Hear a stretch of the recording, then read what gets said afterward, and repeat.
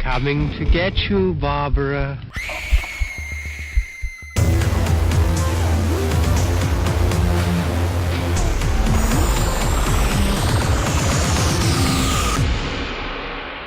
The Fear Central Radio Show.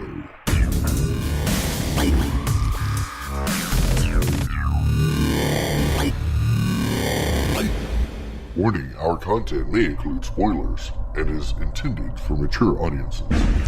Hey, fellow horror fans, welcome to the Fear Central Radio Show. I am your host, Mike, and this week I've got joining me... Heather. Chris. Katie. Paul. And Joe. And Joe, you haven't been with us for a while. It's been a while since you've joined our illustrious cast. Oh, Joe, welcome back. Yes. Very, very... Not that we haven't invited you many We've times. invited you to get bummed out today. Yes. Of all the shows you could have joined, this was a great one. This is it. It's got all the great subject matter. Yeah. So last week we finished up with international and national cults. Yes, we did. And now this week we are moving into... Scary Texas cults. Scary Texas cults. Yes. The locals in the backyard. Yes. Yep. I have no locals in my backyard. You have no locals? No. No local yokels? No. Okay. There is literally a house in your backyard. Yeah, but that's not a local. That's like family, so it's a little different. Hey, let's call back. Whose house is that? I don't know. Somebody.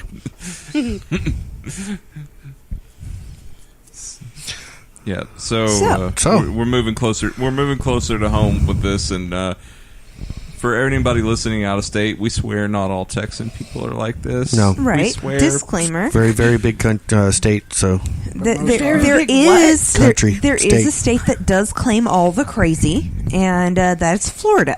They can have all the crazy. Yeah, we all know that. So. Yeah. Well, Chicago likes to have a lot of the serial killers, so... Yeah. Mm-hmm. I don't know that There's they like to three have or a lot of four serial killers. serial killer museums in Chicago. Right, yeah. Yes, there are. Well, they like having Al Capone out there. Yeah, mob H.H. stuff. Holmes. Yeah. Okay, but we're not talking about serial killers. But we're not? No, we're okay, talking okay. about serial culters. Cults. Serial culters here, Serial people. culters. No, we are talking about cults, and we are talking first about the Branch Davidian. Now, most people in the world know about the Branch Davidian. Actually, eventually wanted to be called the Koreshians because they were not technically part of the Branch Davidian branch of the Seventh-day Adventists, but that's who they were lumped in with because that's who they were once a part of. So, About how long did the Branch Davidian branch exist before David Koresh came in? They existed for quite a while. They were technically part of them up until Lois Roden's death in, I think she died in 86 or 87? Somewhere in there. And, 86, because he takes back over, George Roden took back over in 86, and he kicked back in 87, and they kicked him out then. So, because as soon as Koresh took back over, made his crazy declarations, they were out. So, that's where it all came to ends. But before we get into how everything went for them, we'll talk a little bit about where the Branch Davidian came from. And the Branch Davidian, like we said it before, was split from the Davidian Seventh-day Adventist Church. They were led by Victor Hotef. He lived from 1885 to 1995. He initially called for reform within the church. He believed there was a lot of corruption, and we needed to return to preparing oneself for the prophecies. That's what he really believed in. So that's what he really pushed for. After he was shunned in 1935, he brought his followers and settled them in Waco to prepare for the imminent return of Christ. Waco, front line of any Christ return. Absolutely. Yeah, that's the best place. He really did believe that was the best place to go to. So, Forget about Jerusalem. It's not the best place to go if you want to go shopping. No. If you've ever tried, it's really hard. It is really hard. Or live there, or live from what I've heard from people who have lived there. Oh yeah. I have lots of horror stories, but I haven't lived there, but I know people who have. So when Hutef died, his wife took over, and she set a date for the dawn of the new Messianic age as April 22nd, 1959. Lots of people amassed for the event. It was going to be a big deal. Lots of people showed up. And then it didn't happen. And so the entire group splintered into lots of different groups. Maybe they just weren't looking for the right thing. Right. One of those groups was pushed by Ben Roden, who actually took control of the Mount Carmel settlement, which is where Hutef had set up his place. So he took control there and created the General Association of Davidian Seventh-day Adventists, which is essentially... He was trying to tie back together all those Davidians who had branched off after the prophecy fell through. So Ben really was trying to pull everything together. He promised that if members led a purer life and reached moral maturity, that Christ would return soon. So Ben was preparing them for this, but he died in 1978, which led to a power struggle between his wife Lois and his son George, which split the group down the middle. Lois was a little more weak, but Lois soon found an ally in one Vernon Howell, which we will all know as David Koresh. David Koresh came in, and little of Koresh before we move on. He was born in April of 1959 to a 14-year-old single mother. He never met his father, and his mother gave him to his parents. No, wait a minute. He was born in April 1959? Yes. When was the big event supposed to be? 59. April 59. Mm-hmm. Dun, dun, Right. dun. That's one thing that Koresh was very good at, was weaving things together, especially with scripture, to make things seem a bigger deal than they were. He was a master at that. He could talk for hours doing that because he had the entire Bible memorized by the time he was 12 years old. So, so he was raised by his grandparents, and in 1964, his mother remarried and came and picked up her son and moved him to Texas. So, at 5 years old, he moved from the only stability he had ever known with a woman he had never had contact with, who was now suddenly his mother, to a place he had never been, with a man he had never met. Okay. So, off he goes.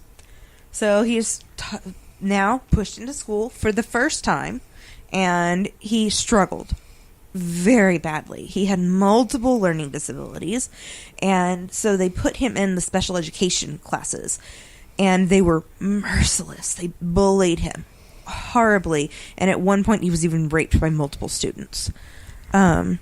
Yes, and when reported, the teachers said he should have fought back.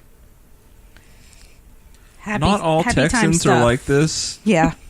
What'd you say, Heather? Some good time, happy time stuff. Right. It was horrible. Like, yeah.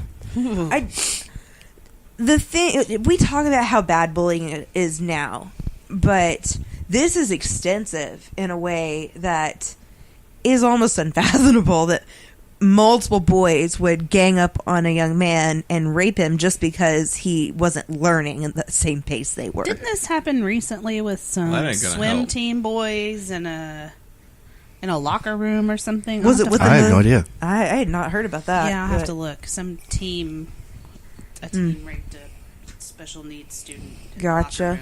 Oh my Lord. I don't put it past humanity. I really wouldn't. Yeah. But it just seems like it's an awful act. Mm-hmm. And because of that, it pushed Howell so low. It just broke him emotionally. And he needed something to grab onto. Something to make himself better. And all he wanted to be was better than other people. So that's what his goal became, was to be better. So he had an incredible memory, and like I said, he memorized the entire New Testament by the time he was 12. He also could pick out any phrase or word and discuss the esoteric meaning for hours. He had it all in his head. He could just talk about anything, any implication of any word in any part of the Bible. Just talk for hours. And that's how a lot of his studies went. They would last for 6 or 7 hours at a time. So, and his students couldn't get enough of it. Like, they were just astounded by what he was capable of processing. They were buying what he was selling. So if he led a Sunday morning service, you ain't getting home in time for the Super Bowl. No, they lived there, so there was no Super Bowl. So Yeah. they didn't do a lot of outside media. They were allowed to educate their children, which is a lot more than what we'll say about our next group. But they didn't allow like TV and stuff within the compound. Mm-hmm. So he had a lot of credibility and believability that allowed him to take over the branch of the branch Davidians, which was Lois's branch. Eventually, when he was in high school, he found a niche in sports, and this doesn't sound super important, but this is where at the time Vernon Howell became the charismatic person that he would be later. He became this person. He found that he was good at sports, and being good at sports made him popular, and girls wanted him. And then he realized that he was addicted to sex, and that's what he wanted. And so he found out how he could manipulate women and get the women he wanted, and use that image he created by being this fantastic athlete to create this god complex that women would just throw themselves at him. At that point in time, he had a lot of frat boys have a similar journey of discovery. Yes, they do. Yes, they do. He dropped out of school in 9th grade, but about that time, he had like 20 different girlfriends, and one of his girlfriends actually ended up getting pregnant, but he never met the child. So about this time is when his concept of faith started bouncing back and forth, like an idea of he believed that he had a special and unique relationship with God, and then also that he was a worthless son of a bitch scum that was so evil he was amazed God didn't strike him dead on the spot. Those are the actual words he used. He was for one moment he knew completely why God wanted him. He was special and chosen and wonderful, and then the next minute he was scum and he was nasty and he was unworthy, and it always changed for him from one moment to the next, and it was never in the medium. It was always one or the other. Pre and post orgasm. Yes, which is pretty much how he spent most of his life. But yeah, I was just gonna go with the right. mild bipolarness there, but so the next little spot we really have to talk about Howell is his addiction to sex. Sex. He talked about it constantly. That was a very interesting this podcast is going to go on forever if we keep pronouncing the X out that long. Right. that was very Southern Baptist right there with the sex. Yeah. Right. So he talked about it constantly in really inappropriate situations, kind of like bearing his soul to anyone who would get near him almost. And it got him in some really strange encounters and didn't do him any favors with the outside world. Because at the time, he wasn't quite in with the Rodden group yet. He's still on the outside. And so he... before he came to the Davidians, he actually was going to an Orthodox Adventist church, and he decided that God had told him that he was supposed to be with the 14-year-old daughter of the pastor of that church, and that is who he was supposed to be with. It was destiny, and so he started stalking the girl and showing up all the time and proclaiming it in front of everybody, and so. The father told him to leave. So then he had to go to the diocese or whatever their hierarchy is, and the hierarchy told him to leave, and finally had to excommunicate him, and it just got bad. How old was he at this point? 20, about 20. Okay, just 20. Just 20. Just 20. Right. Yeah. So it's just, yeah. So he's really, and that it was really because he believed that he had a claim to any woman he wanted. And that was part of his God complex. These were objects to be held. It's not doing him any favor if he's constantly talking about his sex addiction and that too. Right. Well, like, that's the thing is, like, him talking about his sex addiction was not just like, I have this affliction and this is a problem. It was he's talking about his affliction, but he's having trouble satiating it and how he's going to get the things to satiate it. So he's talking about women as if they're artifacts to be gotten to satiate those needs. So it's very demeaning, which is why... sort of, yeah. Saying. I mean, and that's how it kind of develops later. It gets awful later, which we'll talk about. It's so sunny so far. Right. So he was thrown out in 1981, and almost immediately he found Lois Rawdon. So this is after Ben Rawdon had died, and Lois is kind of struggling for. Like he had walked out of the building and tripped on her. Oh, I'm sorry. Well, I guess it's there you are. Sorry, this has been. Yeah, this is after Ben has died. And Lois is kind of struggling for power, and so he meets her. And she needed the sword of Grayskull. They hit it off pretty quick. And the Branch Davidians. So Lois herself claimed to have the gift. So Help claimed to have the gift of prophecy, and he said that he had to have an affair with Lois. That God had told him that God had chosen him to father a child with Lois, who would produce the chosen one. The chosen one. Right. God's like, you keep saying that. I'm not talking about sex. Right, of course. Go build something for Habitat for Humanity. Take note that Lois Rawdon is in her 60s. No. Yes. He is in his early He is in her later. Okay. Well, yeah. Yes, that's it. In her later. They gotta have dinner first. Right. So yeah. Yeah. So Ben Rawdon.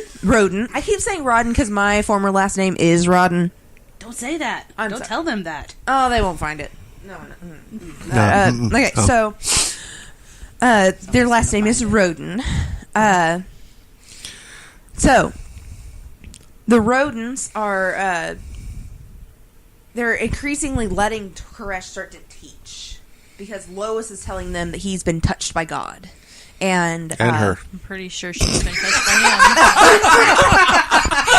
him. Quick disclaimer: this is Grandma. You don't have to keep telling us that. Nervous laughter. It's to keep us from crying, right? So it's not. We don't find this kind of content. We haven't funny. gotten to the horrific stuff yet. No, exactly. We're at the light era so far.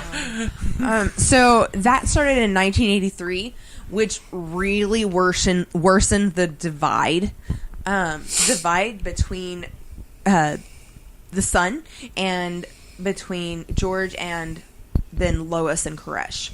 And so he hadn't quite called himself Koresh yet. We'll get to that in a minute. But at this point, he is still Vernon Howell.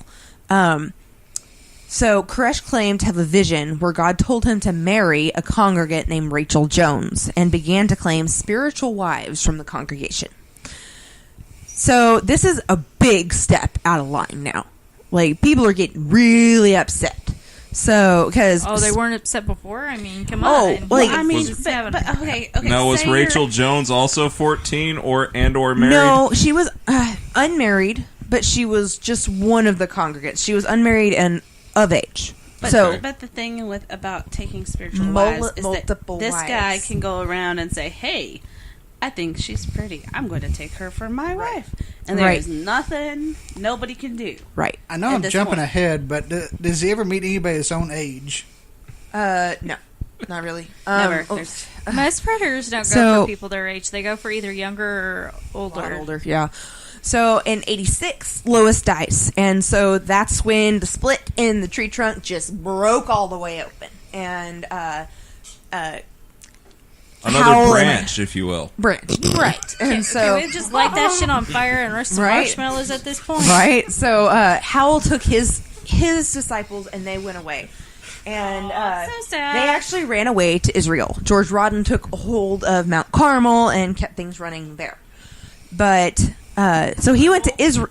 Yeah, that's what the encampment's called. Carmel. Mount Carmel, because that's what the biblical mount is called in Israel. That's what the strippers are called too, Carmel.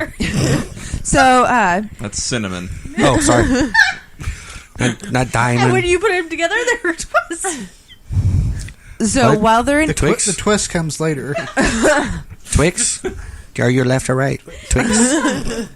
Didn't expect the stripper asides. So while Howell is in exile, he and his followers visit Israel, where Koresh, who he now begins to call himself Koresh for this reason, believes that he is the modern day Cyrus, which is a Persian king who is the only other person in the Bible to be given the title Messiah aside from Jesus. So, yeah. So, basically, his whole role is to create and reassemble the tribes of Israel. Was he also a sex addict in the Bible? I don't know. Okay. They don't get specific about that. Hey, fingers. New Testament, not Old Testament. Yeah, it's Old Testament. It's like itty bitty sections. And hang on, Fingers is finding it for us. Keep going, I'll get there. So what are you Googling? Yes. Koresh, sex addict, No, Bible? she's looking at something in the Bible. At the beginning, he thought he was going to establish the Davidic kingdom of Israel in Israel. And he also believed that he would be martyred, at least until 1990, that he would be martyred in Israel. But then he decided in 91 that he would be martyred in the United States, and the Davidic prophecies would take place back in Texas. Yeah, we can't go to Israel. We have to go to Waco. Waco. Right. Waco is the place to be martyred these days. So this is where he decides he's going back to Waco, and he's taking it back. It's just right around the corner. Israel, Waco. So I'm going back to Waco, where I am going to be martyred. Yes. Yeah, eventually. He's going to take back Mount Carmel first. Yes. So from Texas. And Texas. No, from George Rawdon. George Rawdon. But he's moving to Texas, and he's going to take back Mount Carmel after he moves back to Texas. Yes. Yeah. Okay. Rawdon is now mounted. Koresh is trying to take his mount. Okay. Okay.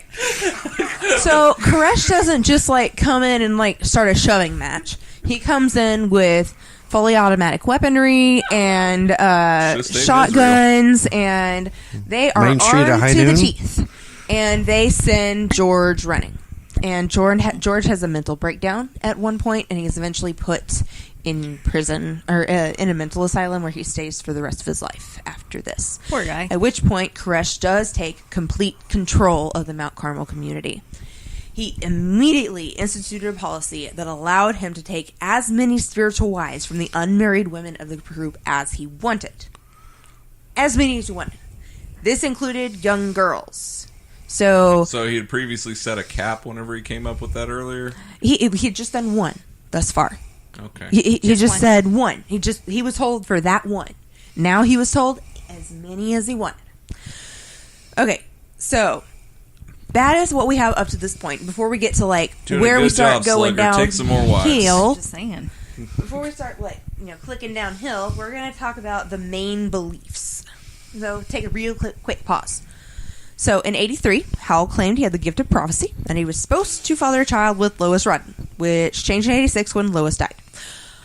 Koresh claimed he was the modern-day Cyrus, and he was supposed to restore the Davidic kingdoms in Israel. Koresh believed in an impending apocalyptic scenario in which he would be martyred, putting himself into the narrative of Revelations. In 1989, he instituted the idea of the creation of a new lineage of children fathered by him that would one day rule the world. That is why he was taking multiple wives and impregnating them as much as possible, meaning there was no birth control, and creating as many people as possible so that they could rule the world. So that's where they were coming from. So basically, he was a baby daddy to a whole bunch of stupid Oh, women. yes. Oh, yes. Oh, yes. So we'll actually talk about what's really sad about that in a minute. So Koresh also believed that he was the lamb mentioned in Revelation 5. Now, we also talked about that last week in Om Shinrikyo when he believed that he took on the sin of by touching his follower, and that it relieves the sin of that person, right? So he actually says that the Lamb is distinguished from Jesus as the one to loose the 7 seals and to interpret the scroll mentioned in Revelation 5:2, bringing the end of the revelation of Christ. So ending the entire apocalypse. So he would be at the end and end it all. But he would also begin it. Yeah. Okay. Yep. So he is the beginning and the end. So. And where was Sam and Dean in all this? Right? I'm wondering. All right. I didn't see that season. So I didn't see that season either. That's what he believes at this point. That is what he believes. He still has this idea that he will eventually be martyred, which is why he believes that. We'll talk about that in a second. Okay. She's getting so ahead we're of going to take in herself. a couple parts. We're starting in 1992 whenever they started taking charges, and then we're going to go into the events of everything that happened.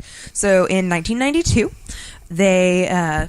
Did you scroll correctly? Okay. No. In I'm 1992, trying to do my best. child abuse charges and legal issues kind of sprung up with a retail gun business.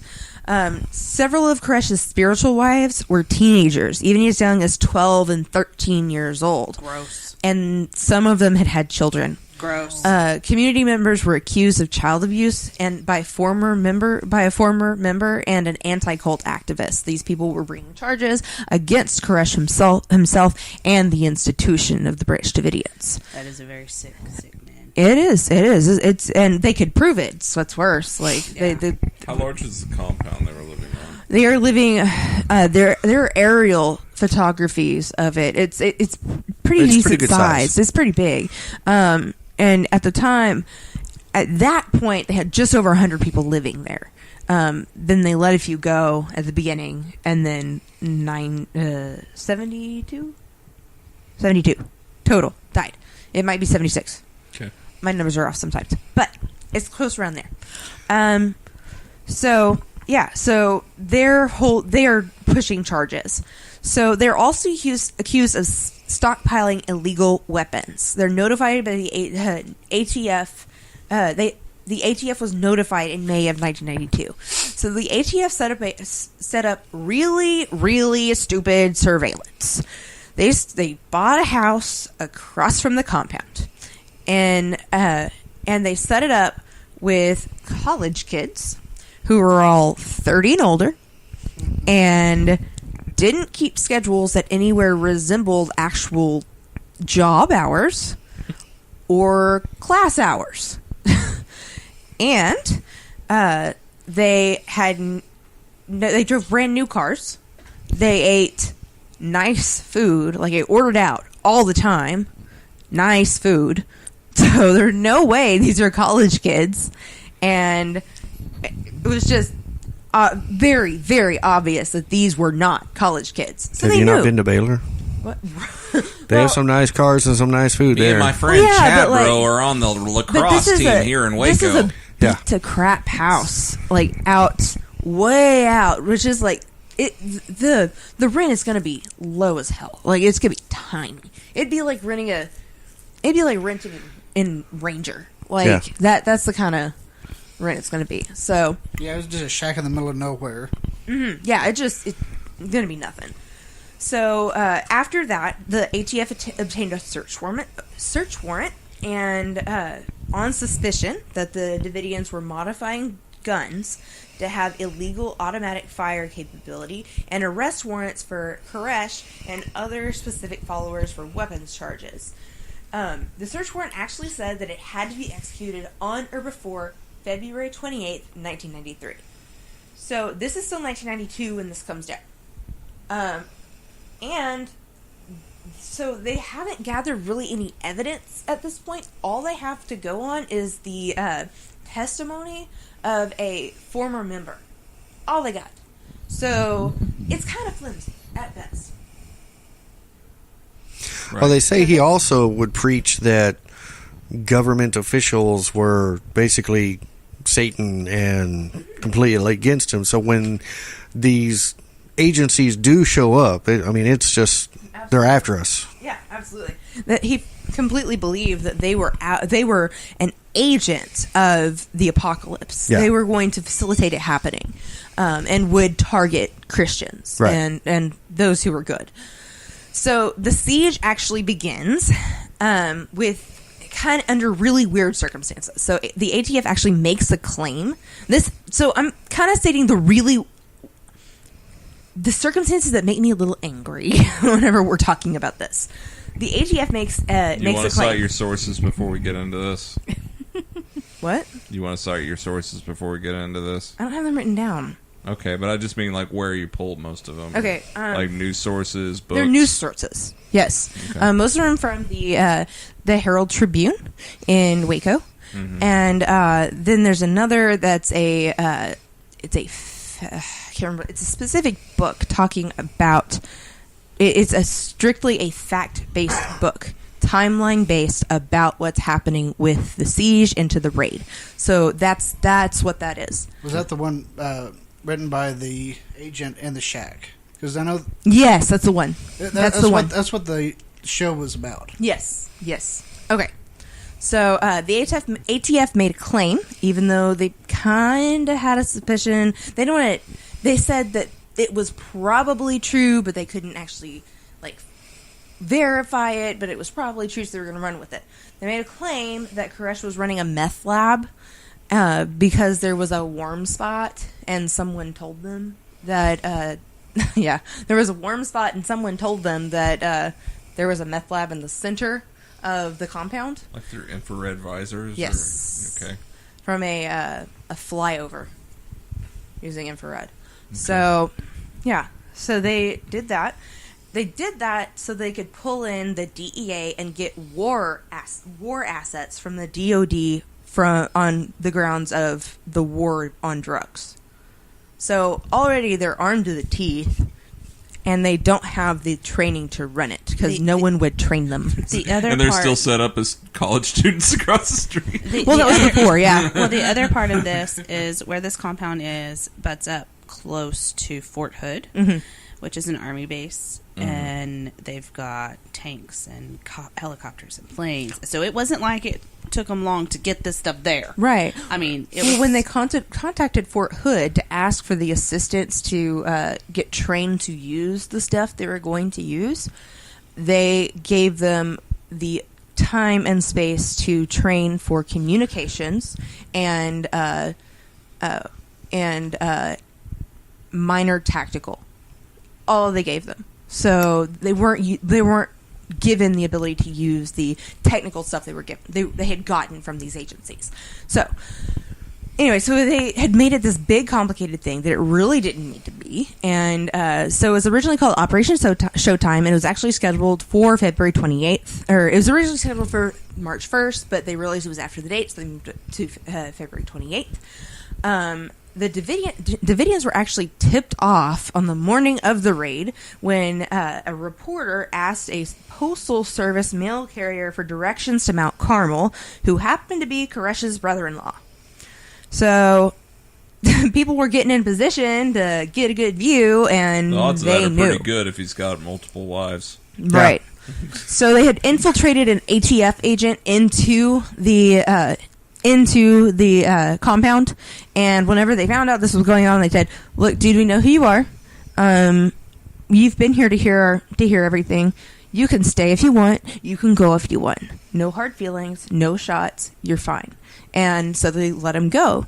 And when asked what they were doing, whenever he left, he said they were praying. What they were doing, praying.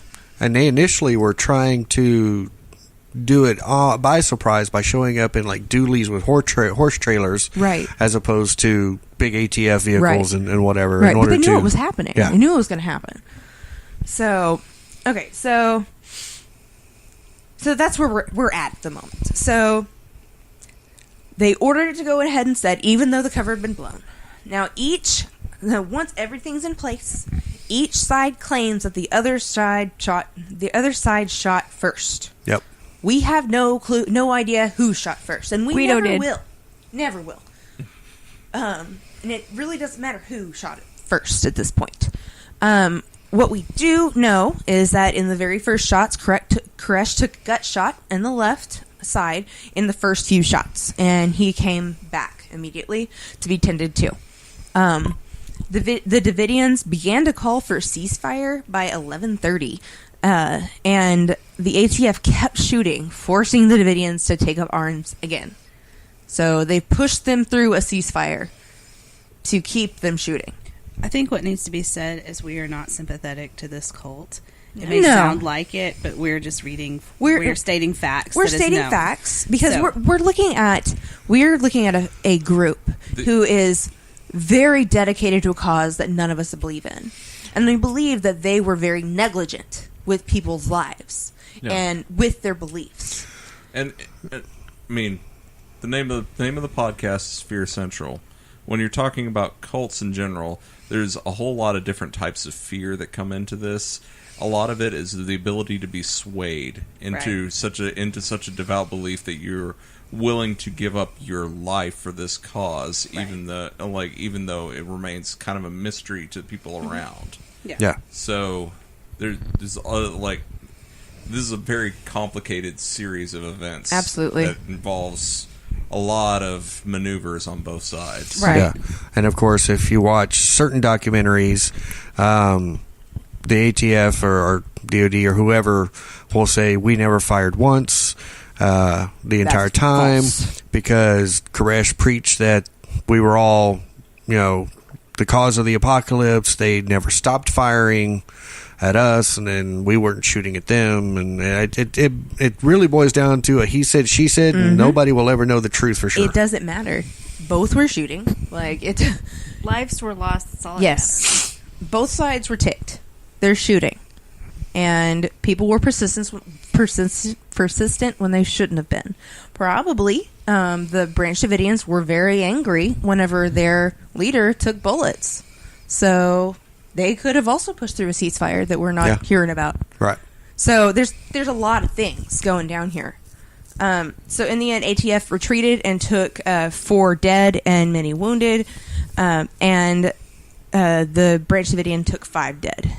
51 days later, they had endured a lot of torture at the hands of the ATF and the FBI. This is a lot of fun to talk about. So they used a lot of sleep deprivation techniques in order to drive the crazies insane.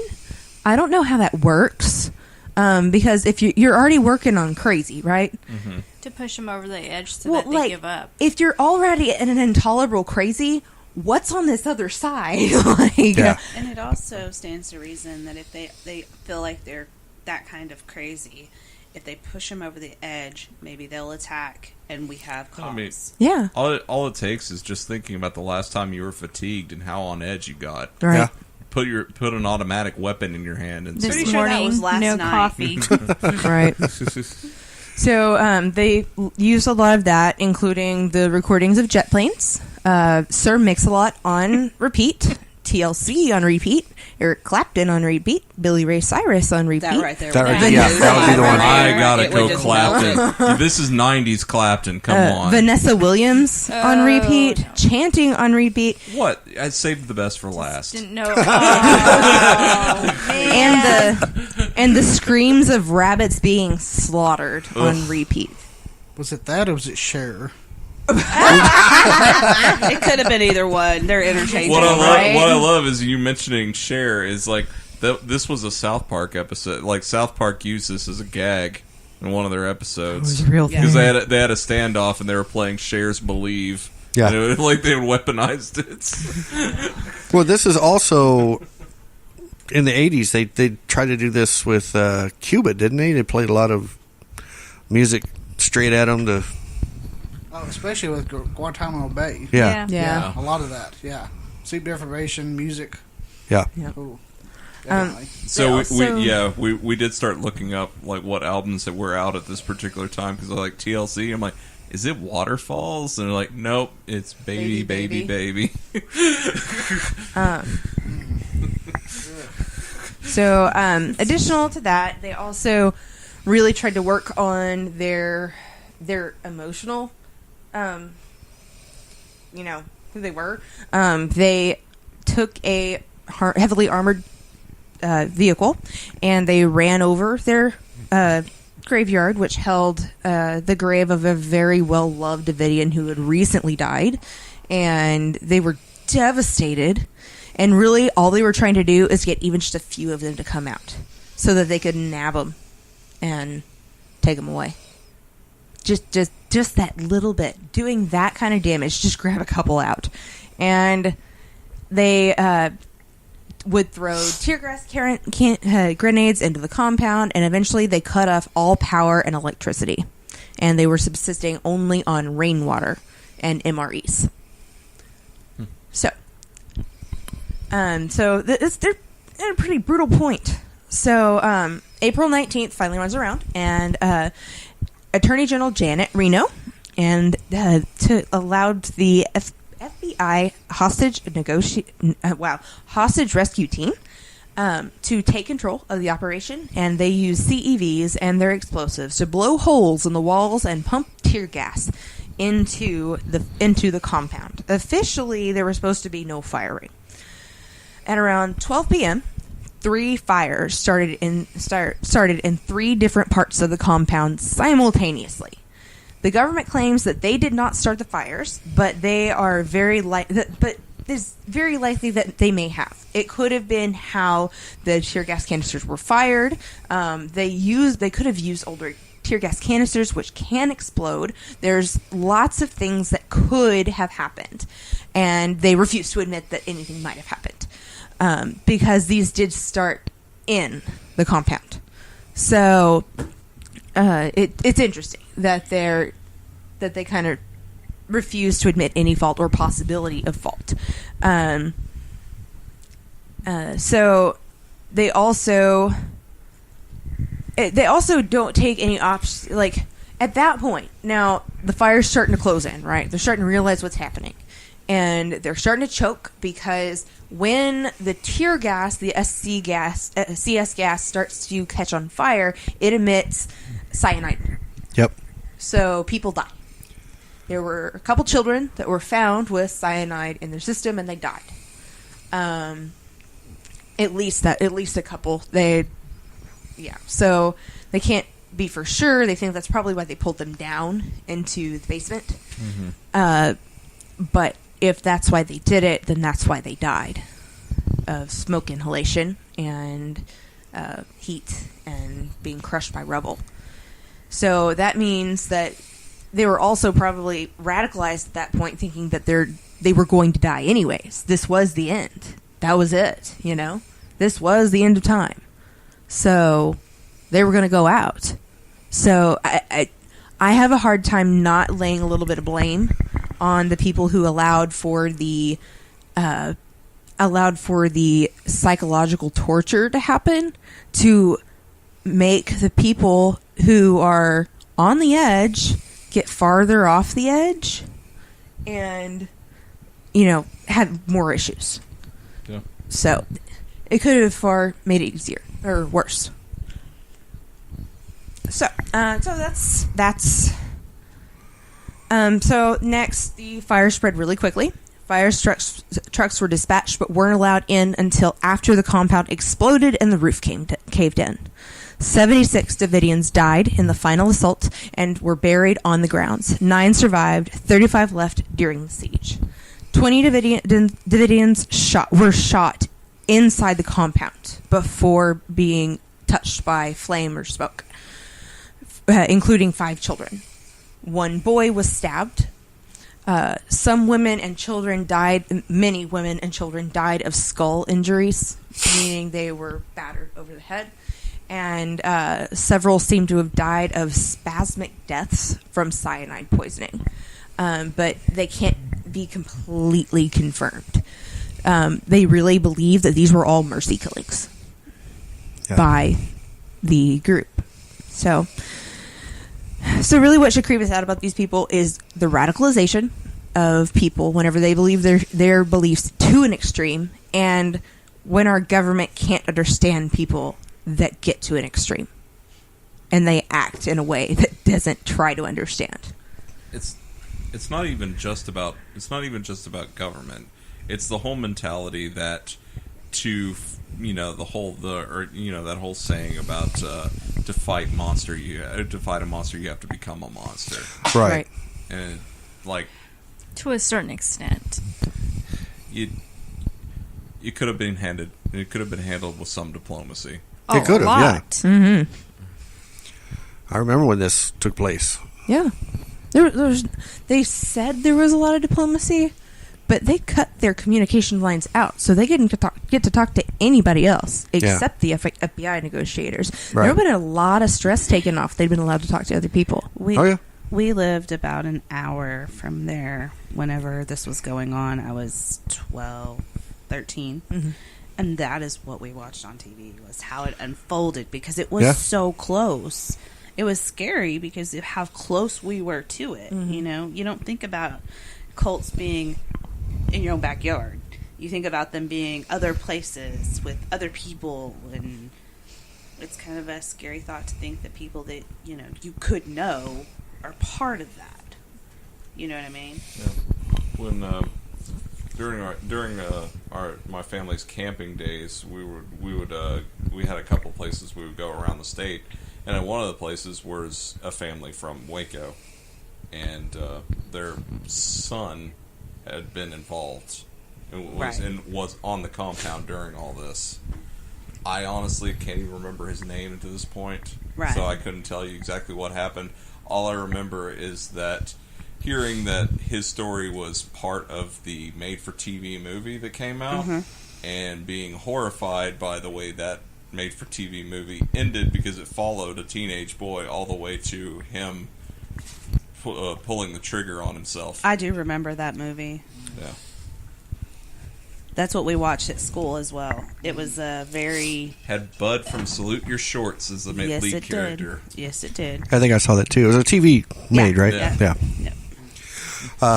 Because one thing that it went into that we didn't really touch on was him being a musician leading up to... I actually have a fun little story about that. I wasn't going to include it because I thought we were going to run out of time. But, so my high school debate teacher is married to a woman whose dad was a DJ at a rock station in town, classic rock station. And he would go to events all the time, and David Koresh would pop up all the time trying to hand him tapes of a record of him doing something with his band all the time. And he'd take them, politely take them and, send him on his way. But this guy stalked him. He was there at every function he was at. Like, it was crazy. He showed up at the office. It was ridiculous. But, yeah.